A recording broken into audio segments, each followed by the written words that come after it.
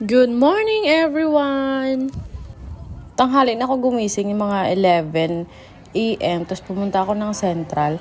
Dito sa Central, iba-iba makikita mo. Dito may mga nagtitinda, gumagala lang. Tapos dito na ako kumain kasi hindi pa ako nagagahan nito. Mga 12:30 na pala to. Pupunta kami dun sa St. Joseph. Umakit kami dun sa Central. Ito kasi Chinese daw yung mass dito kaya hindi kayo pwede. Naglakad lang kami ng mga 10 minutes. Tapos samang tama paglakad namin kasi mag-i-start na din yung misa. Pakinggan niyo si Father. Huwag tayo matakot maghirap. Nakakatakot ang talaga maghirap. Nakakatakot yung mamatay, di ba? Sino hindi gustong mauna na? Tutulungan ko na kayo. Hindi lang tutulungan kitang malimot mo siya. Tulungan na kita. Dahil mahirap naman talaga ang paghirap. Magsakripisyo. Kaso walang taong namamatay sa hirap. Ang tao umaangal sa hirap dahil ang kanyang paghihirap ay kinakang niya. Pero kapag ang paghihirap ay para sa ikabubuhay at ikabubuti ng iba, ang paghihirap ay nagiging makabuluhan. Then after mass, nasa second floor kasi kami pumesto kasi nung dumating kami, madami ng tao doon sa baba. Tingnan nyo kung gaano kadaming Pinay ang napunta doon at nagsisimba. Diyan sa baba, mga Pinay halos nandyan. Mga nagpapabox yung mga yan.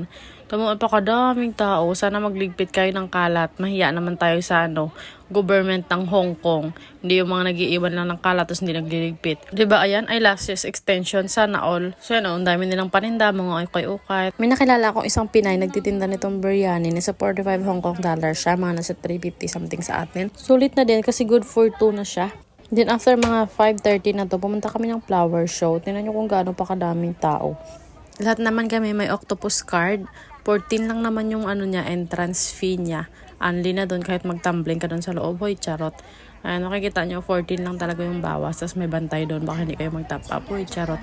Okay, sige. Hanapin nyo yung flower dyan kung nasaan yung mga flowers dyan. O, diba? Puro tao. Huy! Ito yung display ng Hong Kong Ocean Park.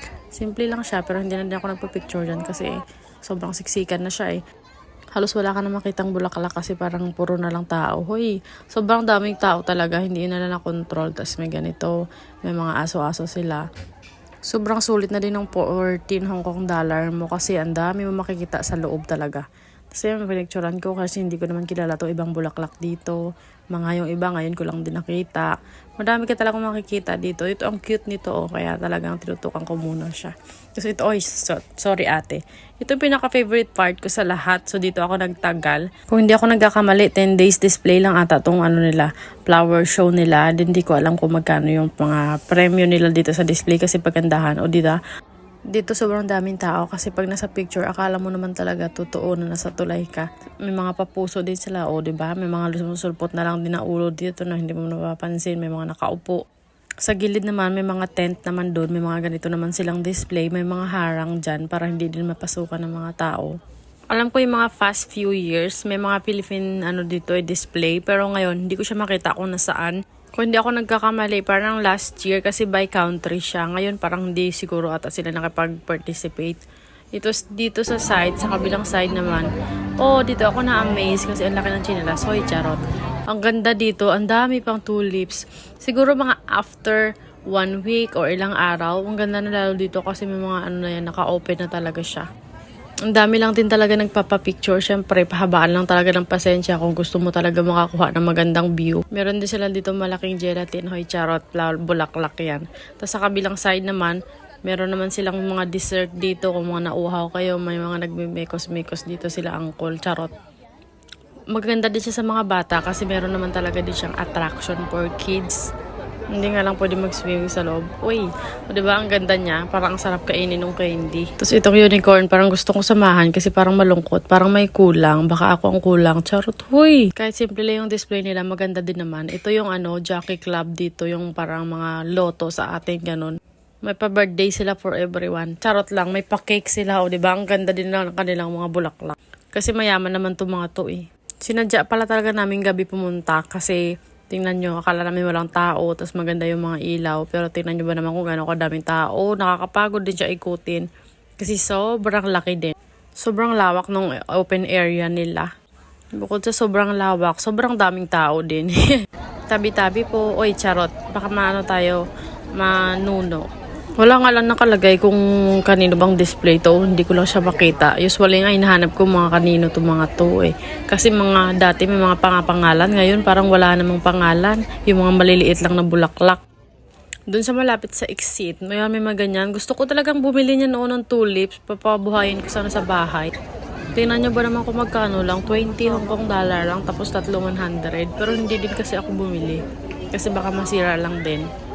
Gawa ng pabago-bago kasi yung weather dito sa Hong Kong.